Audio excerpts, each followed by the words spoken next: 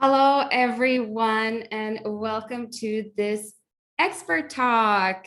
I'm Cecilia, and I am the host, I'm the content creator of Next Gen Careers. And I just thought I'd give you a quick introduction of what Next Gen Careers is and also what we're actually doing here today. So Next Gen Careers is all about supporting individuals in finding success in the future world of work. So how do we do this? We provide online and on-site courses in career design and also in skills development. We provide free resources with information about the fields most prominent in the future world of work. And we also do these weekly expert talks with professionals from the real world so that you, your students, people you know can better prepare for what's actually out there in the real world.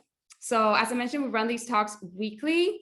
And we have just recently been able to start inviting people live to these talks. So I hope that you are going to enjoy this conversation that we're going to have today with our guest, Stefan Pettersson, who is an expert in marketing and tourism and destinations. So he has 35 years of experience in hospitality and tourism. And nowadays, he mainly facilitates workshops in marketing, communications, leadership, mainly focused around the hospitality and tourism industry. And he also runs his own consultancy with his wonderful wife, Daniela. And they travel the world together to help satellite destinations to develop for the better. So welcome, Stefan. Thank you so much for joining us today. It's great to have you here. Thank you so much, Cecilia. It's nice to be here. We talk about a world tour. Yes. We're traveling around the world, but as it has been, it's not been so easy to travel. So we have like a virtual world tour right now. So it's kind of nice to meet people all around the world, just in the same spot, in the same small room in Sweden, where we are situated now, on Rinde, outside Vaxholm, Stockholm, Sweden. Yeah, exactly. Yeah, okay. So it's fun, nice to be invited to be here. Yeah, no, we're excited to have you. And actually, we had an interview with you guys last summer, so I'm so happy that you wanted to join us again.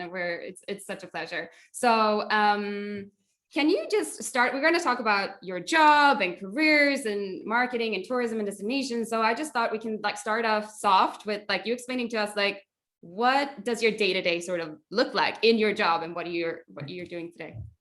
Yeah, that is actually the hardest question you can get, because the day-to-day basis is very, very different. Each day is very, very different.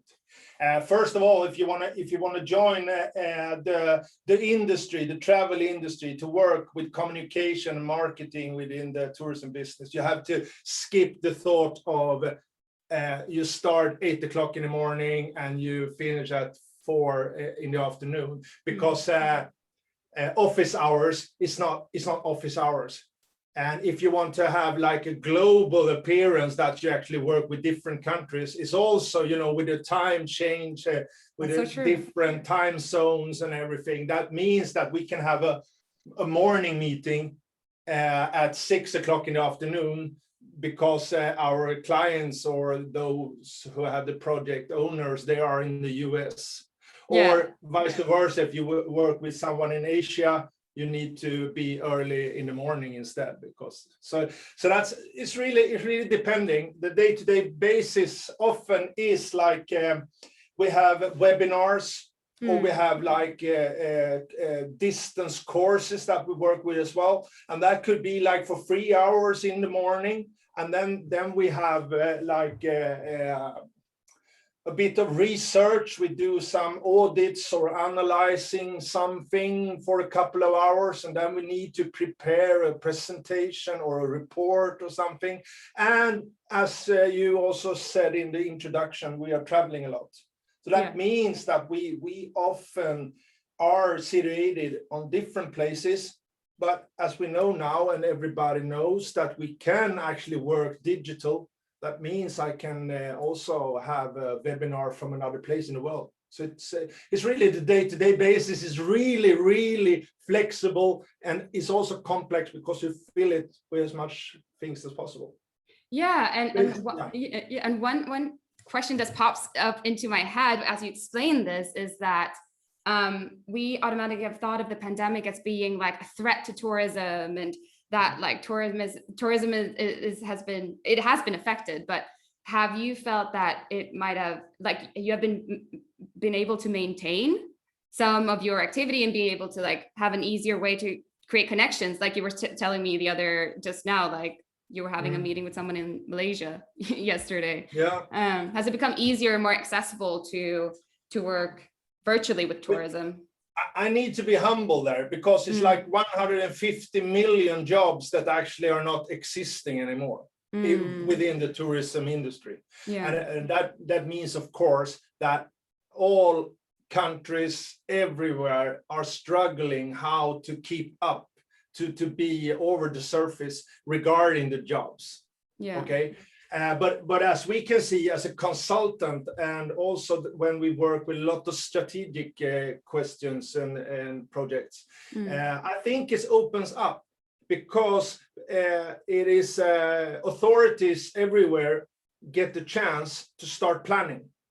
Yeah. And hopefully we're also seeing a lot of changes in the strategies, that they also start to become more sustainable. I mean, to actually control the amount of people. You can see, you are in Barcelona, I know that. And Barcelona is a good example of that, when they have a lot of over-tourism, a lot of friction between people who live there and the visitors. But they also start, during the pandemic, they start to change and try to actually make a strategy that works for everybody in more balance. So the pandemic have given an opportunity to look over the strategies, but humble, okay, it's a lot of jobs that actually went out the window because of the pandemic. So yeah, but we see a little change now. It's a lot more of we talk a lot more with destinations, and I think it's going to open up now, and it's going to be good to be a marketing communicator or a strategist or something like that. Yeah, great. Yeah, that gives us hope. And for people moving in towards the industry as well, because I can only imagine, as a student or as an individual looking to explore this field, that the pandemic might have, caused some fear there. So yeah, thank you for that. And speaking a little bit more, we're going to focus this talk a lot about marketing, because we have some students on that we're running a course right now this week on the platform in storytelling. So I wanted just to touch a little bit upon that, because I feel like that's the most exciting part about marketing, storytelling. But how important is storytelling in marketing, would you say, Stefan? I think it's crucial, because if you take the storytelling out of the story, you take it away. That means what you have left is a lot of specifics. You have, like, yes, I have a hotel. It's 150 meters from the beach or in the city.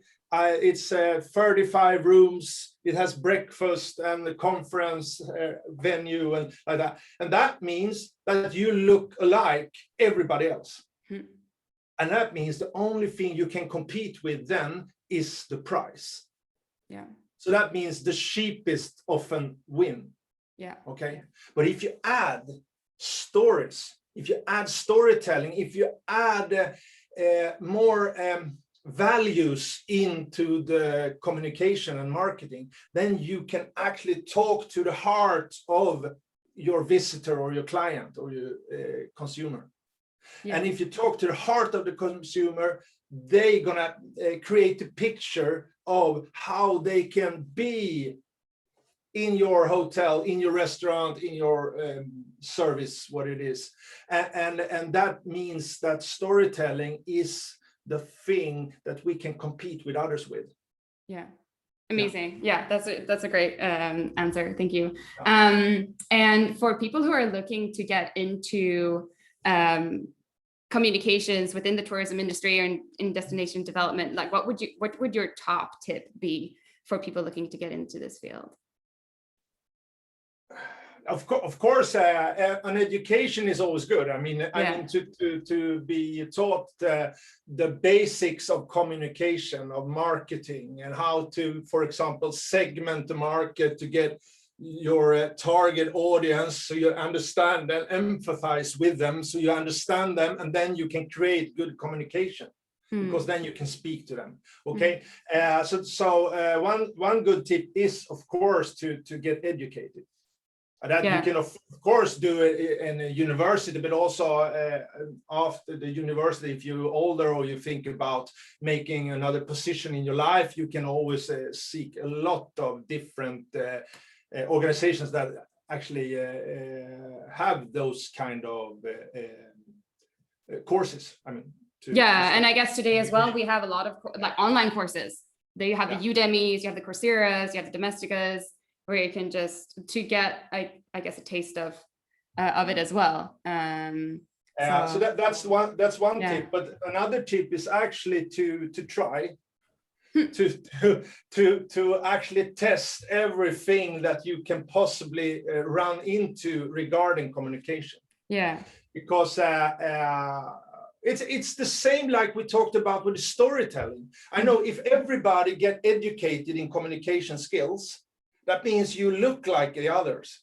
So what you need is also to, at the same time that you get in a course to learn about communication, you need to start building your network. You need to be like, you have to find networks that you're interested in. You have to look up, how do others work? How do they do? And connect with them. Because if you build that network, for example, on LinkedIn or something, or you just like we are doing, me and Daniela, we pop up everywhere. We are every fair we can see. We are there talking to people, get in contact with them, and start building the network. Because now it's become like storytelling, it becomes something. So you can use your skills, your education, and prepare yourself, and then you can actually add a network around you. I think a network is key, definitely, and that's like a very easy way to take those first steps and start talking to people and learning more about a field. For instance, communications is like, how is it to work in this field? So I think that's a really good advice. And we talked a little bit about how the field of tourism has evolved very recently, but what do you think about the future? What trends should we be aware of that are emerging now when stepping into the field, maybe in 1 to 5 years? Hopefully it's going to be a lot more. It is already there, but a lot more individually traveling. You can actually provide alternatives that if I want to travel somewhere, I can tailor make my own experience. So I can go. So hopefully it's going to also mean that we can travel a lot more in smaller groups. You can discover, you can be closer to a new culture or look at a new country or another place that you haven't been before. And then you are able to experience some more. So that is what I hope for. But we also have it's a big amount of people now just sitting ready with their suitcases. They want to go somewhere as soon as it's going to get open. Okay. So everybody's going to run to the airport and go. So that is also kind of a future when you start again. But hopefully then the market communication that we're talking about now are able to target those people and say to them, okay, this is also a very special place to visit. Because you can actually experience what you want here. So that is what I hope for. And you're speaking about individual travel and people. I get like you can become your own traveling agency today. You don't really have to ask for that service in the same sense, unless you're looking for something very special, I reckon. So how do you think how will the travel agencies be affected by like the digitalization that's going on right now? What do you think about that? Yeah, I think that everybody who works with communication and marketing, they need to understand the way of those internet searching and algorithms and yeah, everything, because you want. I have an example, a bad example. Okay, that is, go for it. If you try to reach teenagers or older teenagers, yeah, most of them never watches television. They watch like YouTube or TikTok and another kind of channel for marketing. Okay, and without watching, without knowing how they do it, how many seconds they use on every pic and everything, you create a good destination film with nice pictures, like 5 minutes long, and you try to convince them that this is the place, and you lose them because they have no time for this. If 5 minutes is like endless. Yeah. So you need to understand them. You need to understand the one that you want to reach, and you have to create something that they get attracted. Yeah, great. Thank you. So I'm going to move on to the last part of this interview. These are 3 questions that we ask all our interviewees. So it's 3 short questions with 3 short answers. So I'm going to start off with the first one, which is, what good in the world does your job do? Nothing. Yeah. I think we connect people to each other. Yeah. Okay. That is what good we do. We try to help. On the destination, it's not just the market communication and the president or something like that. It's more like the people.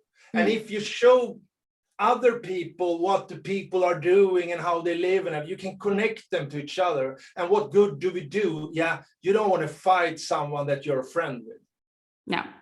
No. So if you make friends, it's going to be a more peaceful world, and that is what we do. Amazing. No, that's a great answer. And what is the best part of your job? It is the flexibility, of course. We can, at the same time that we work on projects, or if we facilitate distance courses, or we travel around, at the same time we have a lot of flexibility. So we can bring our kids, we can be part of a life together, and that means we can choose work hard on different times of the year or the day, and we can also be flexible. And of course we travel a lot, and that means we get friends everywhere, and it's fantastic. Amazing. And I think we touched upon this already, but what advice would you give to someone looking to explore your field? To show up, to be everywhere. Just scan. If you see an article you like, there is some names, connect to them. Don't be afraid to connect to people. Don't be afraid of titles, or that they have more experiences or something like that. Just connect with them and build your network, because that is going to differentiate yourself from others. So I see, just show up. We call it pop up, but to pop up everywhere is really, really good, and learn as much as possible, and try make some failures, because then you can provide something, you learn from it. Okay, so that's good. And connect to me as well on LinkedIn. Exactly. We'll leave the link below.